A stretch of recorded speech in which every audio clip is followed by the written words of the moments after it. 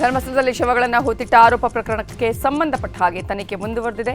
ಶವಗಳನ್ನು ಹೂತಿಟ್ಟೆ ಅಂತ ಹೇಳಿರುವ ಅನಾಮಿಕ ವ್ಯಕ್ತಿಯನ್ನ ಕಳೆದ 1 ವಾರದಿಂದ ಎಸ್ಐಟಿ ಅಧಿಕಾರಿಗಳು ವಿಚಾರಣೆ ಮಾಡುತ್ತಿದ್ದಾರೆ. ಇವತ್ತು ಸಹ ಬೆಳ್ತಂಗಡಿಯ ಎಸ್ಐಟಿ ಕಚೇರಿಯಲ್ಲಿ ಅನಾಮಿಕನನ್ನ ವಿಚಾರಣೆ ಮಾಡುವ ಸಾಧ್ಯತೆ ಇದೆ. ಎಸ್ಐಟಿ ಮುಖ್ಯಸ್ಥ ಪ್ರಣವ್ ಮೊಹಂತಿ, ತನಿಖಾಧಿಕಾರಿ ಜಿತೇಂದ್ರ ಕುಮಾರ್ ದಯಾಮ ನೇತೃತ್ವದಲ್ಲಿ ಅಧಿಕಾರಿಗಳು ತೀವ್ರ ವಿಚಾರಣೆ ನಡೆಸುತ್ತಿದ್ದಾರೆ. ನಿನ್ನೆ ಸಹ ಅನಾಮಿಕ ವ್ಯಕ್ತಿಯನ್ನ ಅಧಿಕಾರಿಗಳು ವಿಚಾರಣೆ ಮಾಡಿದ್ರು. ಉತ್ಖನನ ನಡೆಸಿರುವ 17 ಪಾಯಿಂಟ್ಗಳ ಬಗ್ಗೆಯೂ ಮತ್ತಷ್ಟು ಮಾಹಿತಿಯನ್ನ ಸಂಗ್ರಹಿಸಿದರು. ಬಿಎಲ್ ಸಂತೋಷ್ ವಿರುದ್ಧ ಅವಹೇಳನಕಾರಿಯಾಗಿ ಮಾತನಾಡಿ ಜೈಲು ಸೇರಿರುವ ಮಹೇಶ್ ಶೆಟ್ಟಿ ತಿಮರೋಡಿ ಜಾಮೀನು ಅರ್ಜಿ ವಿಚಾರಣೆ ಇಂದು ನಡೆಯಲಿದೆ. ಉಡುಪಿಯ ಬ್ರಹ್ಮಾವರ ಹೆಚ್ಚುವರಿ ನ್ಯಾಯಾಲಯದಲ್ಲಿ ಅರ್ಜಿ ವಿಚಾರಣೆ ನಡೆಯಲಿದೆ. ಇನ್ನು ಬಿಎಲ್ ಸಂತೋಷ್ ವಿರುದ್ಧ ತಿಮರೋಡಿ ಅವಹೇಳನಕಾರಿಯಾಗಿ ಮಾತನಾಡಿದ್ರು. ಇದೇ ಪ್ರಕರಣದಲ್ಲಿ ಅವರನ್ನ ಬಂಧಿಸಿ ಹಿರಿಯಡ್ಕ ಜೈಲಿಗೆ ಕಳಿಸಲಾಗಿತ್ತು. ಇಂದು ಜಾಮೀನು ಅರ್ಜಿ ವಿಚಾರಣೆ ನಡೆಯಲಿದೆ. ಇನ್ನು ಪ್ರಕರಣ ರದ್ದು ಕೋರಿ ಹೈಕೋರ್ಟ್ಗೆ ಮಹೇಶ್ ಶೆಟ್ಟಿ ತಿಮರೋಡಿ ಅರ್ಜಿ ಹಾಕಿದ್ದಾರೆ. ಸದ್ಯ ಹಿರಿಯಡ್ಕ ಜೈಲಲ್ಲಿರೋ ಮಹೇಶ್ ಶೆಟ್ಟಿ ತಿಮರೋಡಿಗೆ ಮತ್ತೊಂದು ಶಾಕ್ ಎದುರಾಗಿದೆ. ಬಂಧನದ ವೇಳೆ ಪೊಲೀಸರ ಕರ್ತವ್ಯಕ್ಕೆ ಅಡ್ಡಿಪಡಿಸಿದ ಆರೋಪದಲ್ಲಿ ಬೆಳ್ತಂಗಡಿ ಪೊಲೀಸ್ ಠಾಣೆಯಲ್ಲಿ ಮತ್ತೊಂದು ಕೇಸ್ ದಾಖಲಾಗಿದೆ. ಇವತ್ತು ತಿಮರೋಡಿ ಜಾಮೀನು ಅರ್ಜಿಯ ವಿಚಾರಣೆ ನಡೆಯಲಿದೆ. ಜಾಮೀನು ಸಿಕ್ಕಿದ್ರೂ ಮತ್ತೊಂದು ಕೇಸ್ನಲ್ಲಿ ಬೆಳ್ತಂಗಡಿ ಪೊಲೀಸರು ಬಾಡಿ ವಾರೆಂಟ್ ಮೇಲೆ ವಶಕ್ಕೆ ಪಡೆಯುವಂತಹ ಸಾಧ್ಯತೆ ಇದೆ. ತಿಮರೋಡಿ ಬಂಧನದ ವೇಳೆ ಪೊಲೀಸರ ಕರ್ತವ್ಯಕ್ಕೆ ಅಡ್ಡಿಪಡಿಸಿದ ಆರೋಪದ ಮೇಲೆ ಹೋರಾಟಗಾರ ಗಿರೀಶ್ ಮಟ್ಟಣ್ಣನ್ ಅವರ ವಿರುದ್ಧವೂ ಕೇಸ್ ದಾಖಲಾಗಿದೆ. ಬ್ರಹ್ಮಾವರ ಠಾಣೆಯ ಸಬ್ ಇನ್ಸ್ಪೆಕ್ಟರ್ ಕೊಟ್ಟ ದೂರಿನನ್ವಯ ಬೆಳ್ತಂಗಡಿ ಪೊಲೀಸರು ಪ್ರಕರಣ ದಾಖಲಿಸಿಕೊಂಡಿದ್ದಾರೆ. ವಿಷಯ ತಿಳಿದು ನೇರವಾಗಿ ಬೆಳ್ತಂಗಡಿ ಠಾಣೆಗೆ ಮಟ್ಟಣ್ಣನ್ ಅವರು ನಿನ್ನೆ ಶರಣಾಗತಿಗೆ ಆಗಮಿಸಿದ್ರು. ಈ ವೇಳೆ ಪೊಲೀಸರು ತಾಂತ್ರಿಕ ದೋಷದಿಂದ ಎಫ್ಐಆರ್ ಅಪ್ಲೋಡ್ ಆಗಿಲ್ಲ, ನೋಟಿಸ್ ಕೊಟ್ಟ ಬಳಿಕ ಬನ್ನಿ ಅಂತ ಹೇಳಿ ವಾಪಸ್ ಕಳುಹಿಸಿದ್ರು. ಅರೆಸ್ಟ್ ಮಾಡ್ತಾ ಇದ್ದೀರಿ ಅಂತ ಕೇಳಿದ್ದಕ್ಕೆ ಇಲ್ಲ ನಾವು ಬರಲೇಬೇಕು ಅಂತ ಹೇಳಿದ್ರು. ಸೊ ಆಮೇಲೆ ಲಾಯರು ಇದ್ರು, ಸಹಕಾರ ಕೊಡಬೇಕಾಗತ್ತೆ ಅಂತೇಳಿ ನಮ್ಮ ಇದರಲ್ಲೇ ಕರ್ಕೊಂಡು ಹೋಗಿದ್ದೀವಿ. ಆದರೆ ನಾವು ಅಡ್ಡಿಪಡಿಸಿದ್ದೀವಿ ಅಂಥೇಳಿ ನಮ್ಮ ಮೇಲೆ ಎಫ್ಐಆರ್ ಆಗಿದೆ ಅಂತ ಖಚಿತವಾದಂಥ ಮಾಹಿತಿ ಬಂತು. ಪೊಲೀಸರ ಒಂದು ಏನು ಬಜೆಟ್ ಉಳಿಸೋದಕ್ಕೆ, ಡೀಸೆಲ್ ಪೆಟ್ರೋಲ್ ಉಳಿಸೋದಕ್ಕೆ ನಾನೇ ಸ್ವತಃ ಅರೆಸ್ಟ್ ಆಗೋದಾದರೆ ಅರೆಸ್ಟ್ ಮಾಡಿಬಿಡಿ. Along with human right commission ಅಧಿಕಾರಿಗಳಿದ್ದಾರೆ, ಅವ್ರ ಜೊತೆಗೆ ಬಂದಿದ್ದೀನಿ, ನೋಡೋಣಂತೆ. ಯಾಕೆ ಸರ್ ಅರೆಸ್ಟ್? ತಿಮರೋಡಿ ಬಂಧನದ ವಿಚಾರವಾಗಿ ಮಾತನಾಡಿರುವ ಡಿಸಿಎಂ ಡಿಕೆ ಶಿವಕುಮಾರ್, ಬಿಜೆಪಿ ನಾಯಕ ಬಿಎಲ್ ಸಂತೋಷ್ ಅವರ ಕುರಿತಾಗಿ ಆಕ್ಷೇಪಾರ್ಹ ಹೇಳಿಕೆ ಕೊಟ್ಟಿದ್ದಕ್ಕೆ ತಿಮರೋಡಿಯವರನ್ನ ಬಂಧಿಸಲಾಗಿದೆ. ಕಾನೂನು ಪ್ರಕಾರ ಕ್ರಮ ಕೈಗೊಳ್ಳಬೇಕು ಅಂತ ತೀರ್ಮಾನ ಮಾಡಿದ್ದೇವೆ ಅಂತ ಹೇಳಿದರು. ಈಗ RSS ನಮ್ಮ ಇವರು national general secretary BL Santosh ಅವ್ರ ಬಗ್ಗೆ ಅವೇಳಕರು ಮಾತಾಡಿದರು. ನಾವು ತೀರ್ಮಾನ ಮಾಡಿದ್ದೀವಿ, ಒಳಿಕ್ ಹಾಕಬೇಕು, ಕಾನೂನು ಪ್ರಕಾರ ಕೈಗೊಳ್ಳಬೇಕು. ಆ ಥರ ಎಲ್ಲ ಹಂಗೆಲ್ಲ ಮಾತಾಡಬಾರ್ದು. ಯಾರೇ ಆಗಲಿ ಲೀಡ್ರು, ಏನು ದಾಖಲೆ ಇದೆ ಅವನ ಹತ್ರ? ಇವತ್ತು ಅವ್ನು ಮಾತಾಡ್ತಾಳೆ, ನಾನು ನಮ್ಮ ಮಾತಾಡ್ತೇನೆ. ಹಿಂದೆ ಚೀಫ್ ಮಿನಿಸ್ಟರ್ ಮಾತಾಡಿದ, ನಮಗೂ ಮಾತಾಡಿದ. Will not allow this. ಎಲ್ಲರಿಗೂ ಕೂಡ ಅವ್ರವ್ರ ಸ್ವಾಭಿಮಾನಕ್ಕೆ ಧಕ್ಕೆ ಪಾಲಿಟಿಕ್ಸ್ ಮಾಡಲಿ, ಯಾರು ಬೇಕಾದರೆ ಆರೋಪಗಳು ಮಾಡಲಿ, ತಪ್ಪೇನಿಲ್ಲ. ಬಟ್ ಆಧಾರ ಇಟ್ಕೊಂಡು ಆರೋಪ ಮಾಡಬೇಕು. ಈಗ ಇತ್ತ ಯೂಟ್ಯೂಬರ್ ಸಮೀರ್ಗೆ ಇಂದು ವಿಚಾರಣೆಗೆ ಹಾಜರಾಗಲು ನೋಟಿಸ್ ನೀಡಲಾಗಿದೆ. ಧರ್ಮಸ್ಥಳ ಪೊಲೀಸರ ಮುಂದೆ ಹಾಜರಾಗಲು ನೋಟಿಸ್ ನೀಡಿದ್ದಾರೆ. ಸಾಮಾಜಿಕ ಜಾಲತಾಣದಲ್ಲಿ ಧರ್ಮಸ್ಥಳದ ಬಗ್ಗೆ ಮಾಡಿರುವಂತಹ ವಿಡಿಯೋ ವಿಚಾರವಾಗಿ ಪೊಲೀಸರು ಸುಮೋಟೋ ಕೇಸ್ ದಾಖಲಿಸಿಕೊಂಡಿದ್ರು. ಇನ್ನು ಬಂಧನಕ್ಕೆ ತೆರಳಿದ್ದ ವೇಳೆ ಎಸ್ಕೇಪ್ ಆಗಿದ್ದಂತಹ ಸಮೀರ್ ಆ ಬಳಿಕ ನಿರೀಕ್ಷಣಾ ಜಾಮೀನು ಕೂಡ ಪಡೆದುಕೊಂಡಿದ್ರು. ಆ ಹಿನ್ನೆಲೆಯಲ್ಲಿ ಧರ್ಮಸ್ಥಳ ಪೊಲೀಸ್ ಠಾಣೆ ಅಥವಾ ಬೆಳ್ತಂಗಡಿ ಸರ್ಕಲ್ ಇನ್ಸ್ಪೆಕ್ಟರ್ ಕಚೇರಿಗೆ ಬರಲು ನೋಟಿಸ್ ನೀಡಲಾಗಿದೆ. ಇಂದು ವಿಡಿಯೋ ಸಂಬಂಧಪಟ್ಟಂತೆ ಹೇಳಿಕೆಯನ್ನ ದಾಖಲಿಸಿಕೊಳ್ಳಲಿದ್ದಾರೆ. ಬೆಂಗಳೂರಿನಿಂದ ವಕೀಲರ ನಿಯೋಗ ಇವತ್ತು ಧರ್ಮಸ್ಥಳಕ್ಕೆ ಆಗಮಿಸಲಿದ್ದು 250 ಕಾರುಗಳಲ್ಲಿ ಧರ್ಮಸ್ಥಳಕ್ಕೆ 800 ವಕೀಲರು ಆಗಮಿಸಲಿದ್ದಾರೆ. ವಕೀಲರ ನಡೆ ಧರ್ಮಸ್ಥಳದ ಕಡೆಗೆ ಅನ್ನುವ ಹೆಸರಲ್ಲಿ ರ್ಯಾಲಿ ನಡೆಯಲಿದೆ. ಇನ್ನು ಮಧ್ಯಾಹ್ನ ಬೆಳ್ತಂಗಡಿ ಎಸ್ಐಟಿ ಕಚೇರಿಗೆ ಆಗಮಿಸಲಿರುವ ವಕೀಲರ ನಿಯೋಗ ಧರ್ಮಸ್ಥಳದ ವಿರುದ್ಧ ಅಪಪ್ರಚಾರ ಮಾಡ್ತಾ ಇರುವವರ ವಿರುದ್ಧ ಕ್ರಮಕ್ಕೆ ಆಗ್ರಹಿಸಿ ದೂರು ನೀಡಲಿದೆ. ಅಲ್ಲಿಂದ ನೇರವಾಗಿ ಧರ್ಮಸ್ಥಳ ಮಂಜುನಾಥ ಸ್ವಾಮಿಯ ದರ್ಶನ ಪಡೆದ ಬಳಿಕ ವೀರೇಂದ್ರ ಹೆಗ್ಗಡೆಯವರನ್ನ ಭೇಟಿಯಾಗಿ ಮುಂದಿನ ಕಾನೂನು ಹೋರಾಟದಲ್ಲಿ ನಾವಿದ್ದೇವೆ ಅಂತ ಚರ್ಚೆಯನ್ನ ಮಾಡಲಿದ್ದಾರೆ. ಯೂಟ್ಯೂಬ್ ಸಂದರ್ಶನವೊಂದರಲ್ಲಿ ಅನನ್ಯ ಭಟ್ ನನ್ನ ಮಗಳಲ್ಲ, ನನ್ನ ಬಳಿ ಕೆಲವರು ಸುಳ್ಳು ಹೇಳಿಸಿದ್ರು ಎಂದಿದ್ದಂತಹ ಸುಜಾತಾ ಭಟ್ ಇದೀಗ ಉಲ್ಟಾ ಹೊಡೆದಿದ್ದಾರೆ. ನ್ಯೂಸ್ 18 ಜೊತೆ ಮಾತನಾಡಿದ ಸುಜಾತಾ ಭಟ್, ಅನನ್ಯ ಇದ್ದುದು ಸತ್ಯ, ಸತ್ತು ಹೋಗಿದ್ದು ಕೂಡ ಸತ್ಯ. ನನ್ನಿಂದ ಬಲವಂತವಾಗಿ ಹೇಳಿಕೆಯನ್ನ ತೆಗೆದುಕೊಂಡಿದ್ದಾರೆ ಅಂತ ಸುಜಾತಾ ಭಟ್ ಆರೋಪ ಮಾಡಿದ್ದಾರೆ. ನನಗೆ ಕೆಲವರ ಹೆಸರು ಹೇಳುವಂತೆ ಬಲವಂತ ಮಾಡಿದ್ರು. ಟೆನ್ಷನ್ ಅಲ್ಲಿದ್ದಾಗ ಹೇಳಿಕೆಯನ್ನ ಪಡೆದುಕೊಂಡಿದ್ದಾರೆ. ತಿಮರೋಡಿ ಮಠಣ್ಣನವರ್ ನನಗೆ ಏನೂ ಹೇಳ್ಕೊಟ್ಟಿಲ್ಲ, ಎಲ್ಲಾ ಸತ್ಯವನ್ನ ಹೇಳ್ತೀನಿ ಅಂತ ಸುಜಾತಾ ಭಟ್ ನ್ಯೂಸ್ 18ಗೆ ಹೇಳಿದ್ದಾರೆ.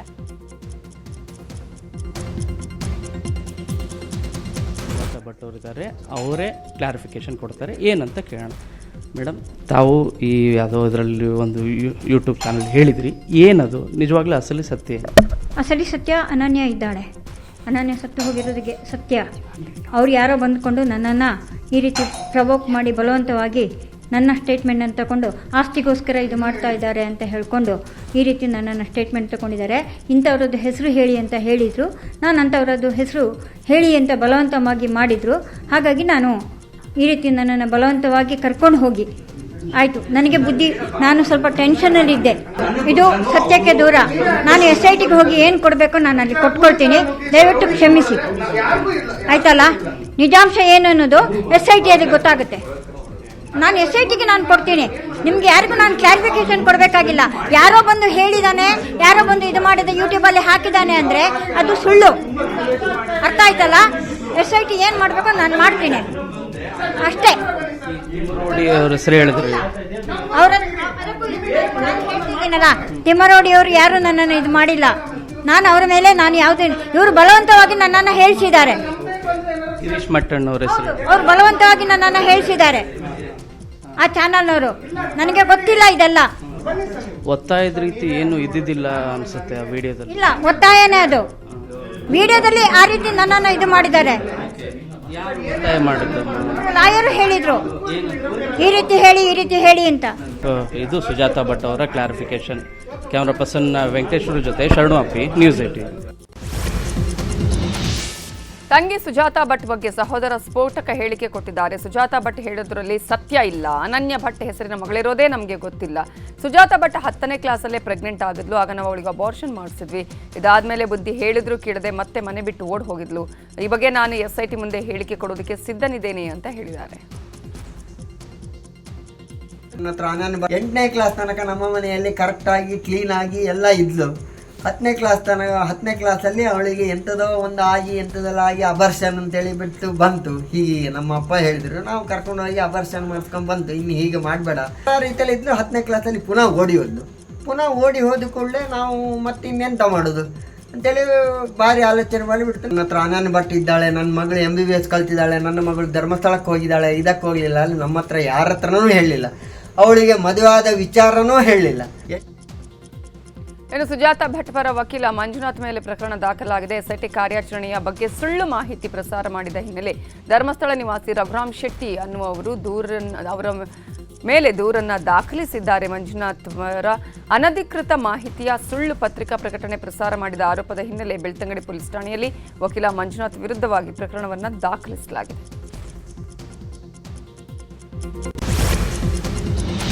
ಬಿಜೆಪಿಯಿಂದ ಧರ್ಮಸ್ಥಳ ಚಲೋ ಹೋರಾಟದ ವಿಚಾರದ ಬಗ್ಗೆ ಸದನದಲ್ಲಿ ಪ್ರಸ್ತಾಪಿಸಿದ ಸಿಎಂ ಸಿದ್ದರಾಮಯ್ಯ, SIT ರಚನೆ ಮಾಡಿದಾಗ ಇವರ್ಯಾರೂ ಕೂಡ ಮಾತನಾಡಲಿಲ್ಲ. ಒಂದು ಕಡೆ ಅಸ್ಥಿ ಪಂಜರ ಸಿಕ್ಕಿದೆ, ಅದಾದ ಮೇಲೆ ಬೇರೆ ಗುಂಡಿಗಳಲ್ಲಿ ಏನೂ ಸಿಗಲಿಲ್ಲ. ಹೀಗಾಗಿ ಇವರು ಈ ಹೋರಾಟ ಶುರು ಮಾಡಿದ್ದಾರೆ. ಈಗ ಧರ್ಮಸ್ಥಳದ ಪರವಾಗಿ ಇದ್ದೇವೆ ಅಂತ ಚಳುವಳಿ ಮಾಡೋಕೆ ಹೊರಟಿದ್ದಾರೆ ಅಂತ ಸಿಎಂ ಕಿಡಿಕಾರಿದ್ದಾರೆ. ಇವರಿಗೆ ಬಾಯಿನೇ ಬಿಚ್ಚಿರ್ಲಿಲ್ಲ. ಇವರು ಯಾವಾಗ 15 ಜಾಗಗಳೆಲ್ಲ ಡಾಕ್ಟ್ರೆ 15 ಜಾಗಗಳಲ್ಲಿ ಅಗೀತಾರೆ. ಅವ್ನು ತೋರಿಸಿದಂಥ ಜಾಗಗಳಲ್ಲಿ ಅಗೀತಾರೆ. 2 ಕಡೆ ಮಾತ್ರ ಸಿಗ್ತದೆ. ಒಂದು ಕಡೆ ಅಸ್ಥಿಪಂಜರ, ಇನ್ನೊಂದು ಕಡೆ ಮೂಳೆಗಳು ಸಿಗ್ತವೆ. ಅದು ಬಿಟ್ಟರೆ ಇನ್ನು 13 ಸ್ಥಳಗಳಲ್ಲಿ ಸಿಗೋದಿಲ್ಲ. ಅದು ಗೊತ್ತಾದ ಮೇಲೆ ಶುರುವಾಗೋಯ್ತು ನೋಡಿ BJP ಅವ್ರದ್ದೆಲ್ಲ. ಅಲ್ಲಿವರೆಗೆ ಧರ್ಮಸ್ಥಳದಲ್ಲಿ ಗುಂಡಿಗಳನ್ನ ತೋಡಿದ್ರೂ ಏನೂ ಸಿಕ್ಕಿಲ್ಲ. ಈಗ ಸಿಎಂ DCMಗೆ ನಡುಕ ಶುರುವಾಗಿದೆ ಅಂತ ಬೆಂಗಳೂರಿನಲ್ಲಿ ಬಿಜೆಪಿ ರಾಜ್ಯಾಧ್ಯಕ್ಷ ವಿಜಯೇಂದ್ರ ಹೇಳಿದ್ರು. ಇನ್ನು ಇದೇ ವಿಚಾರವಾಗಿ ಅಶೋಕ್ ಕೂಡ ಮಾತನಾಡಿದ್ದು, ಎಡಪಂಥೀಯರು ಸೇರಿ ಧರ್ಮಸ್ಥಳದ ವಿಚಾರದಲ್ಲಿ ಷಡ್ಯಂತ್ರ ಮಾಡಿದ್ದಾರೆ ಅಂತ ಕಿಡಿಕಾರಿದ್ರು. ಇನ್ನು ಇದೇ ವಿಚಾರವಾಗಿ CT ರವಿ ಕೂಡ ವಾಗ್ದಾಳಿ ನಡೆಸಿದ್ರು. ಉದಾಹರಣೆಗೆ ಒಂದು ಮಾಸ್ಕ್ ಹಾಕ್ತಕ್ಕಂಥ ಕೆಲಸ ಮಾಡಿದ್ರು. ಇವತ್ತು ಮುಖ್ಯಮಂತ್ರಿಗಳು ಉಪಮುಖ್ಯಮಂತ್ರಿಗಳು ಪರಿಸ್ಥಿತಿ ಎಲ್ಲಿಗೆ ಬಂದಿದೆ ಅಂತ ಹೇಳಿದ್ರೆ, ಆ ದೂರುದಾರನ ಮುಖವಾಡನ ಕಳಚು ಬಿದ್ದಾಗಿದೆ. ಆದರೆ ಮುಖ್ಯಮಂತ್ರಿಗಳು ಉಪಮುಖ್ಯಮಂತ್ರಿಗಳು ಅವರೀಗ ಮಾಸ್ಕನ್ನು ಹಾಕೊಂಡು ಇವತ್ತು ರಾಜ್ಯದಲ್ಲಿ ಓಡಾಡ್ತಕ್ಕಂಥ ಪರಿಸ್ಥಿತಿ ಇವತ್ತು ಬಂದು ನಿಂತಿದೆ. ಈ ಎಡಪಂಥೀಯರು ಹೆಂಗೆ ವ್ಯೂಹವನ್ನು ರಚನೆ ಮಾಡಿ ಧರ್ಮಸ್ಥಳವನ್ನು ಹಾಳು ಮಾಡಬೇಕು, ತಿರುಪತಿ ವೆಂಕಟೇಶ್ವರನ್ನ ಹಾಳು ಮಾಡಬೇಕು, ಅಯ್ಯಪ್ಪ ಸ್ವಾಮಿಯನ್ನು ಹೇಗೆ ಹಾಳು ಮಾಡಬೇಕು ಅನ್ನೋದೇ ಇವ್ರದ್ದು ಎಡಪಂಥೀಯರ ಸ್ಟ್ಯಾಂಡ್. ಇದು ಇವತ್ತು ಅವರೆಲ್ಲ ಸೇರಿ ಇನ್ನೊಂದು ಕುತಂತ್ರ ಮಾಡೋಕ್ಕೆ ಹೊರಟಿದ್ದಾರೆ. ರಾಜ್ಯದ ಜನ ಅರ್ಥ ಮಾಡ್ಕೊಬೇಕು, ಇವ್ರಿಗೆಲ್ಲ ಓನರ್ ಯಾರು, ಇವರಿಗೆ ಮಾಸ್ಟರ್ ಮೈಂಡ್ ಯಾರು? That master mind is mister Siddaramaiah. ಇವರೆಲ್ಲ ಸೇರ್ತಾ ಇದ್ದೀವಿ ಸಿದ್ದರಾಮಯ್ಯನವ್ರ ಮನೆಯಲ್ಲೇ ಸೇರಿ ಎಲ್ಲರೂ ಕೂಡ ಈ SIT ಕೊಡೋಕ್ಕೆ ಆದೇಶ ಮಾಡಿದ್ದು ಇದೇ ಎಡಪಂಥೀಯರು. ಇವತ್ತು ಈಗ ನಾನು ಹೇಳಿದ್ನಲ್ಲ, ತನಿಖೆ ನಿಷ್ಪಕ್ಷಪಾತವಾಗಿ ಪಾರದರ್ಶಕವಾಗಿ ನಡೀಲಿ ತನಿಖೆ. ಈಗ ಅವನು 17 ಕಡೆಗೆ ಆಗದ್ನಲ್ಲ, ಅದರಲ್ಲಿ ಏನೂ ಸಿಗಲಿಲ್ಲ ಅಂದಾಗ ದಿಕ್ತಪ್ಪಿಸಿರೋದು ಯಾರು, ಸುಳ್ಳು ಹೇಳಿರೋದು ಯಾರು, ಅಪಪ್ರಚಾರ ಮಾಡಿರೋದು ಯಾರು, ಇದು ಮೇಲ್ನೋಟಕ್ಕೆ ಸ್ಪಷ್ಟ ಆಗುತ್ತೆ. ಈಗಲೂ ಪ್ರಗತಿಪರರು ಅಂತ ಹೇಳ್ಕೊಳ್ಳೋರ ಹತ್ರ ಸಾಕ್ಷಿಗಳಿತ್ತೆ, SITಗೆ ತಲುಪಿಸ್ಲಿ. ಅವರಿಗೆ ಅವ್ರ ಪ್ರಗತಿಪರರು ಅಂತ ಟೈಟ್ಲ್ ಯಾರು ಕೊಟ್ಟವರು? ಈಗ ನಾವೇನು ಹೇಳಿದ್ವಿ, ಮಾಸ್ಕ್ ಮ್ಯಾನು ಅವನು ಹೇಳಿದ್ದ ಧರ್ಮಸ್ಥಳ ವಿರುದ್ಧ ಅಪಪ್ರಚಾರ ಖಂಡಿಸಿ ಭಕ್ತಾಭಿಮಾನಿಗಳಿಂದ ತುಮಕೂರಲ್ಲಿ ಬೃಹತ್ ರ್ಯಾಲಿ ಮಾಡಲಾಯಿತು. ಪ್ರತಿಭಟನೆಯಲ್ಲಿ ಮಾಜಿ ಸಚಿವ KN ರಾಜಣ್ಣ ಭಾಗಿಯಾಗಿದ್ದರು. ತುಮಕೂರು ಗೇಟ್ ಸರ್ಕಲ್ನಿಂದ ಖಾಸಗಿ ಬಸ್ ನಿಲ್ದಾಣದವರೆಗೂ ರ್ಯಾಲಿ ನಡೆಯಿತು. ಈ ವೇಳೆ ವಿವಿಧ ಸಂಘ ಸಂಸ್ಥೆಗಳ ಮುಖಂಡರು, ಮಠಾಧೀಶರು ಸೇರಿದಂತೆ ರಾಜಕೀಯ ಗಣ್ಯರು ಬೆಂಬಲ ಕೊಟ್ಟರು. ಇದರ ಜೊತೆಯಲ್ಲಿ ಏನು SITಯ ಒಂದು ತನಿಖೆ ನಡೀತಾ ಇದೆ, ಆ ತನಿಖೆಯನ್ನ ಕಾನೂನನ್ನು ಕೂಡ ಸ್ವಾಗತ ಮಾಡಿ ಸತ್ಯ ಹೊರಬರಬೇಕು. ಯಾರೆಲ್ಲ ತಪ್ಪಿತಸ್ಥರಿದ್ದಾರೆ ಅವರಿಗೆ ಕ್ರಮ ಆಗಬೇಕು. ಈ ಬಗ್ಗೆ ಈ ಒಂದು ಅಪಪ್ರಚಾರ ಮಾಡತಕ್ಕಂಥ ಯಾರೇ ಇರಲಿ ಅವರೆಲ್ಲರ ಮೇಲೆ ಕಠಿಣವಾದಂತಹ ಕ್ರಮವನ್ನು ತೆಗೆದುಕೊಂಡು ಧರ್ಮಸ್ಥಳ ಕೇಸಲ್ಲಿ SIT ತನಿಖೆಯನ್ನ ನಟಿ ರಮ್ಯಾ ಸ್ವಾಗತಿಸಿದ್ದಾರೆ. SIT ರಿಪೋರ್ಟ್ಗಾಗಿ ಕಾಯ್ತಿದ್ದೀನಿ. ತನಿಖಾ ತಂಡದಲ್ಲಿ ಒಳ್ಳೊಳ್ಳೆ ಆಫೀಸರ್ಸ್ ಇದ್ದಾರೆ. ನಿಜವಾಗಿಯೂ ಆ ಘಟನೆ ನಡೆದಿದೆಯೋ ಇಲ್ವೋ ಗೊತ್ತಿಲ್ಲ. ಸದ್ಯಕ್ಕೆ ರಿಪೋರ್ಟ್ಗಾಗಿ ಕಾಯೋಣ ಅಂತ ಹೇಳಿದ್ದಾರೆ ರಮ್ಯಾ.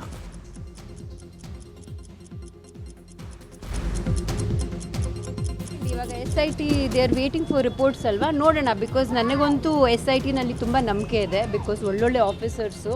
ಸೊ ಖಂಡಿತವಾಗ್ಲೂ ಆ ರಿಪೋರ್ಟ್ ಮೂಲಕ ನಮಗೆ ಗೊತ್ತಾಗುತ್ತೆ ಅಲ್ಲಿ ನಿಜವಾಗ್ಲೂ ನಡೆದಿದೆಯೋ ಇಲ್ವೋ ಏನು ಎತ್ತ ಅಂತ. So let's wait for the SIT report. ಶಾಸಕ KC ವೀರೇಂದ್ರ ಪಪ್ಪಿ ನಿವಾಸದ ಮೇಲೆ ನಿನ್ನೆ ಇಡಿ ಅಧಿಕಾರಿಗಳು ಮಧ್ಯರಾತ್ರಿಯವರೆಗೂ ಪರಿಶೀಲನೆ ನಡೆಸಿದ್ದಾರೆ. ಅಕ್ರಮ ಹಣ ವರ್ಗಾವಣೆ ಸಂಬಂಧ ಕೆಲವು ದಾಖಲೆಗಳನ್ನು ಇಡಿ ಅಧಿಕಾರಿಗಳು ವಶಕ್ಕೆ ಪಡೆದಿದ್ದಾರೆ. ಇನ್ನು ವೀರೇಂದ್ರ ಪಪ್ಪಿ ನಿವಾಸದಲ್ಲಿ ಅಪಾರ ಪ್ರಮಾಣದ ಆಸ್ತಿ ಪತ್ರಗಳು ಪತ್ತೆಯಾಗಿದ್ದು, ಈ ಎಲ್ಲಾ ದಾಖಲಾತಿಗಳ ಪ್ರತಿಯನ್ನ ಪಡೆದು ಬೆಂಗಳೂರಿನತ್ತ ಇಡಿ ಅಧಿಕಾರಿಗಳು ತೆರಳಿದ್ರು ಎನ್ನಲಾಗಿದೆ. ಇನ್ನು ಶಾಸಕರ ಸಹೋದರರಾದ KC ನಾಗರಾಜ್ ಮತ್ತು KC ತಿಪ್ಪಸ್ವಾಮಿ ನಿವಾಸದಲ್ಲೂ ಕೂಡ ದಾಳಿ ಅಂತ್ಯವಾಗಿದೆ.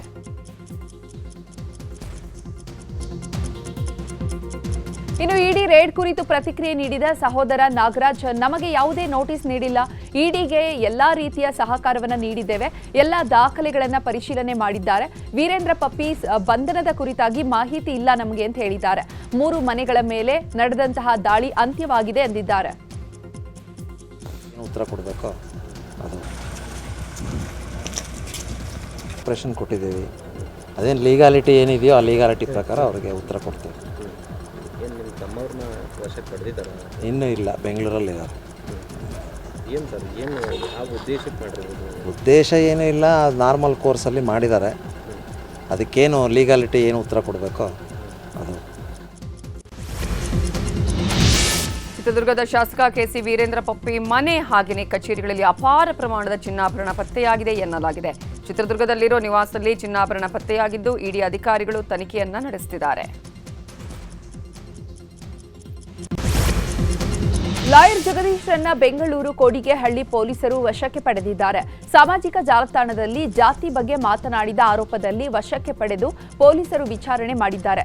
BNS 196, 299 ಸೆಕ್ಷನ್ಗಳ ಅಡಿಯಲ್ಲಿ ಕೇಸ್ ದಾಖಲಾಗಿತ್ತು. ಮಂಜುನಾಥ್ ಎನ್ನುವವರು ದೂರು ನೀಡಿದ್ರು. ಪ್ರಕರಣಕ್ಕೆ ಸಂಬಂಧಪಟ್ಟಂತೆ ಲಾಯರ್ ಜಗದೀಶ್ ಅವರನ್ನ ಬಂಧಿಸುವ ಸಾಧ್ಯತೆ ಕೂಡ ಇದೆ.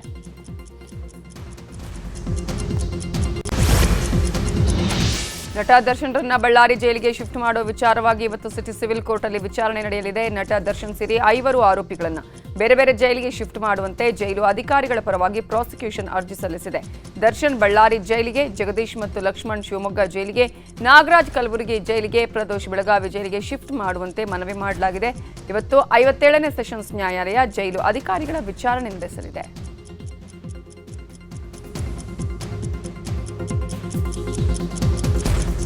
ಇನ್ನು ಸ್ಥಳಾಂತರ ಅರ್ಜಿಗೆ ಆಕ್ಷೇಪಣೆ ಸಲ್ಲಿಸಲು ವಕೀಲರು ಸಿದ್ಧತೆ ಮಾಡಿಕೊಂಡಿದ್ದಾರೆ. ಅದಕ್ಕಾಗಿ ಕೆಲವು ಅಂಶಗಳನ್ನು ವಕೀಲರು ತಯಾರಿ ಮಾಡಿಕೊಂಡಿದ್ದಾರೆ. ಶೀಘ್ರದಲ್ಲೇ ಪ್ರಕರಣದ ಟ್ರಯಲ್ ಶುರುವಾಗಲಿದೆ. ವಿಚಾರಣೆ ವೇಳೆ ಕೋರ್ಟ್ಗೆ ಹಾಜರುಪಡಿಸಬೇಕು. ಹೀಗಾಗಿ ಆರೋಪಿಗಳನ್ನು ಬೆಂಗಳೂರು ಬಿಟ್ಟು ಬೇರೆ ಕಡೆ ಜೈಲಿಗೆ ಶಿಫ್ಟ್ ಮಾಡಿದರೆ ಸಮಸ್ಯೆ ಆಗಲಿದೆ. ಅದರಿಂದ ಪರಪ್ಪನ ಅಗ್ರಹಾರ ಜೈಲಲ್ಲೇ ಇರಿಸುವಂತೆ ಆಕ್ಷೇಪಣೆಯನ್ನ ಸಲ್ಲಿಸೋದಿಕ್ಕೆ ವಕೀಲರು ತಯಾರಿಯನ್ನ ಮಾಡಿಕೊಂಡಿದ್ದಾರೆ. ನಿನ್ನೆ ಸದನದಲ್ಲಿ ಸಿಎಂ ಸಿದ್ದರಾಮಯ್ಯ ಅನುದಾನದ ಕುರಿತು ವಿಪಕ್ಷಗಳ ಪ್ರಶ್ನೆಗೆ ಉತ್ತರ ನೀಡಿದ್ರು. ಬಿಜೆಪಿಯವರು ಹೇಳೋದು ಸತ್ಯಕ್ಕೆ ದೂರವಾದ ಮಾತುಗಳು. 224 ಕ್ಷೇತ್ರಗಳಿಗೂ ನಾನು ಅನುದಾನವನ್ನ ಕೊಡ್ತೀನಿ ಅಂದ್ರು. ಈ ವೇಳೆ ಬಿಜೆಪಿ ಸದಸ್ಯರು ಎಲ್ಲರಿಗೂ ಕೂಡ ಸಮಾನವಾಗಿ ಕೊಡಿ ಅಂತ ಘೋಷಣೆ ಕೂಗಿದ್ರು. ಇದಕ್ಕೆ ಗರಂ ಆದ ಸಿಎಂ, ಜೆಡಿಎಸ್ನವರಿಗೂ ಕೊಡ್ತೀವಿ, ಬಿಜೆಪಿಯವರಿಗೂ ಕೊಡ್ತೀನಿ, ನಮ್ಮವರಿಗೂ ಕೊಡ್ತೀನಿ, ಯಾವುದೇ ಅಭಿವೃದ್ಧಿ ಕಾರ್ಯ ಕುಂಠಿತ ಇಲ್ಲ, 224 ಕ್ಷೇತ್ರಗಳಿಗೂ ಅನುದಾನ ಕೊಡ್ತೇವೆ, ಕರ್ನಾಟಕ ಅಭಿವೃದ್ಧಿ ಆಗ್ತಾ ಇದೆ, ಗ್ಯಾರಂಟಿಗಳನ್ನ ಕೂಡ ನಡೆಸ್ತಿದ್ದೇವೆ, ನಮ್ಮ ಯೋಜನೆಯನ್ನ ಬಿಜೆಪಿಯವರು ಕಾಪಿ ಮಾಡ್ತಿದ್ದಾರೆ ಅಂತ ತಿರುಗೇಟು ಕೊಟ್ಟಿದ್ದಾರೆ. ಸರ್, ನಮ್ಮ ಸರ್ಕಾರ ಇದ್ದಾಗ ಕೊಟ್ಟಿದ್ದನ್ನ ನಮ್ಮ ಸರ್ಕಾರ ಬಿದ್ದೋದ್ಮೇಲೆ ನಮ್ಗೆ ಕೊಟ್ಟಿದ್ದನ್ನೆಲ್ಲ ಕಿತ್ಕೊಂಡ್ಬಿಟ್ರು. ಇವರಿದ್ದಾಗ ಕೊಡ್ಲಿಲ್ಲ. ನೀವು ಅಧಿಕಾರದಲ್ಲಿ ಇದ್ದಾಗ ಅಪೋಸಿಷನ್ ಅವ್ರಿಗೆ ಸರಿಯಾಗಿ ಕೊಡಲಿಲ್ಲ. ಬೆಂಗಳೂರಿನಲ್ಲೆಲ್ಲ ಕೊಟ್ಟಿರ್ಬೋದು. ನೀವು ಬೆಳಗಾವಿ ಕೊಟ್ಟಿದ್ದೀರಲ್ಲ, ಅದೊಂದು ಲೆಕ್ಕ ತಗೊಂಬಿಡಿ ಸಾಕು. ಬೆಳಗಾವಿ ಕೊಟ್ಟಿರೋದು ಒಂದೇ ಒಂದು ಲೆಕ್ಕ ತಗೊಳ್ಳಿ. ಏನು ಬೆಳಗಾವಿಗೆ ಅನುದಾನ ಕೊಟ್ಟಿದ್ದೀರಲ್ಲ ನಮ್ಮ ಸರ್ಕಾರ ಇದ್ದಾಗ, ಅದೊಂದು ಲೆಕ್ಕ ತಗೊಳ್ಳಿ ಅಂದೆ. ಏನಪ್ಪ ನಿಮಗೆಲ್ಲ ಕೊಟ್ಟಿದ್ದಾರೆ? ನಮಗೆ ಕೊಟ್ಟಿದ್ದನ್ನ ಕ್ಯಾನ್ಸಲ್ ಮಾಡಿಬಿಟ್ಟು ಏನು ಕೊಡಲಿಲ್ಲ.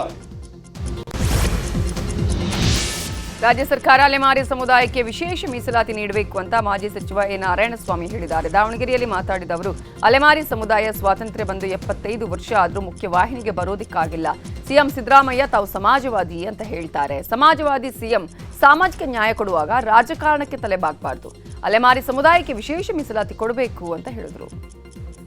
ಬಲಾಢ್ಯ ಸಮುದಾಯದ ಮಧ್ಯೆ ಅವರಿಗೆ ಸೇರಿಸಿ ಮೀಸಲಾತಿ ಕೊಟ್ಟಿರೋದು ಇದು ಸಮಂಜಸವಲ್ಲ, ನ್ಯಾಯಯುತವಲ್ಲ. ಆ ದಿಕ್ಕಿನಲ್ಲಿ ರಾಜ್ಯ ಸರ್ಕಾರ, ಈ ರಾಜ್ಯದ ಮುಖ್ಯಮಂತ್ರಿಗಳು ಸಾಮಾಜಿಕ ನೆಲೆಗಟ್ಟಿನ ಆಧಾರದ ಮೇಲೆ ಒಳ ಮೀಸಲಾತಿಯನ್ನು ಕರ್ನಾಟಕ ರಾಜ್ಯದಲ್ಲಿ ಒಪ್ಪಲಿಲ್ಲ, ಜಾರಿಯನ್ನು ಮಾಡಲಿಲ್ಲ. ಆ ದಿಕ್ಕಿನಲ್ಲಿ ಸಿದ್ದರಾಮಯ್ಯನವರ ಈ ಅಲೆಮಾರಿಗಳಿಗೆ ಮಾಡಿರ್ತಕ್ಕಂಥ ಅನ್ಯಾಯದ ಬಗ್ಗೆ ಧಿಕ್ಕಾರವನ್ನು ಮಾಡ್ತೇವೆ. ನಮಗೊಂದು ನೋವಿದೆ. ನಮಗಿಂತ SLCಯನ್ನು ಪಾಸ್ ಮಾಡಲಿಕ್ಕೆ ರಾಜ್ಯ ರಾಜಧಾನಿ ಬೆಂಗಳೂರಿನಲ್ಲಿ ನಿನ್ನೆ ರಾತ್ರಿ ಭಾರೀ ಮಳೆಯಾಗಿದೆ. ರಾತ್ರಿ ಸುರಿದ 10 ನಿಮಿಷದ ಮಳೆಗೆ ಹಲವು ರಸ್ತೆಗಳು ಜಲಾವೃತವಾಗಿತ್ತು. ಜಯನಗರ, ವಿಜಯನಗರ, ರಾಜಾಜಿನಗರ, ಬನಶಂಕರಿ, KR ಸರ್ಕಲ್ ಸೇರಿದಂತೆ ಬಹುತೇಕ ಕಡೆ ಭಾರೀ ಮಳೆಯಾಗಿದ್ದು ರಸ್ತೆ ಜಲಾವೃತವಾಗಿದ್ದರಿಂದ ವಾಹನ ಸವಾರರು ಪರದಾಡುವಂತಾಯಿತು. ಇನ್ನು ಮಹಾರಾಷ್ಟ್ರದ ಜಲಾಶಯಗಳಿಂದ ಭಾರೀ ಪ್ರಮಾಣದ ನೀರು ಬಿಡುಗಡೆಯ ಹಿನ್ನೆಲೆ ಚಿಕ್ಕೋಡಿಯಲ್ಲಿರುವ ಯಡೂರು ಶ್ರೀ ವೀರಭದ್ರೇಶ್ವರ ದೇವಸ್ಥಾನ ಜಲಾವೃತವಾಗಿದೆ. ಕೃಷ್ಣಾ ನದಿ ನೀರಿನ ಮಟ್ಟ ಹೆಚ್ಚಾಗಿ ವೀರಭದ್ರೇಶ್ವರ ದೇವಸ್ಥಾನಕ್ಕೆ ನೀರು ನುಗ್ಗಿದೆ. ನಿಂತ ನೀರಲ್ಲೇ ಶ್ರೀ ವೀರಭದ್ರೇಶ್ವರ ದೇವರಿಗೆ ವಿಶೇಷ ಪೂಜೆ ಸಲ್ಲಿಕೆ ಮಾಡಲಾಗಿದೆ. ದೇವಸ್ಥಾನ ಆಡಳಿತ ಮಂಡಳಿ ಪ್ರವೇಶವನ್ನು ಬಂದ್ ಮಾಡಿದೆ.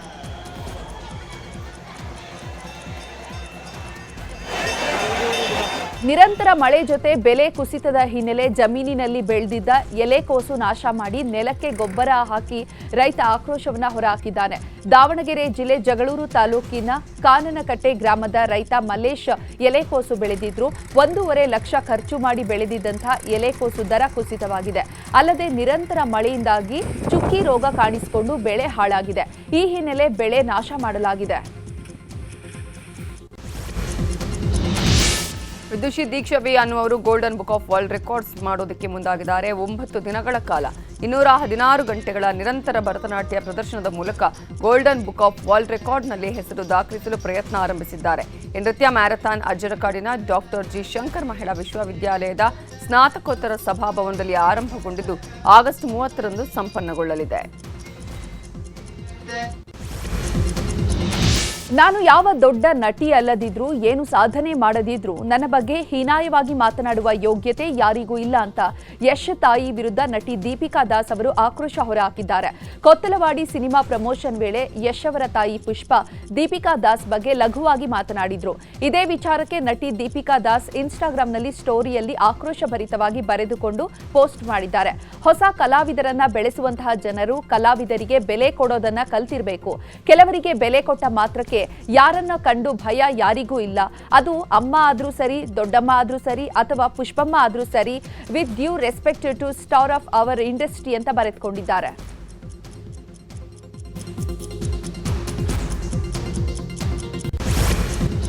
ಬ್ರೇಕ್ ಫೇಲ್ ಆಗಿ ಕ್ಯಾಂಟರ್ ಡಿವೈಡರ್ಗೆ ಡಿಕ್ಕಿ ಹೊಡೆದಿದೆ. ಬೆಂಗಳೂರಿನ ಜ್ಞಾನ ಭಾರತಿ ವಿಶ್ವವಿದ್ಯಾಲಯದ ಸಮೀಪ ಈ ಘಟನೆ ನಡೆದಿದೆ.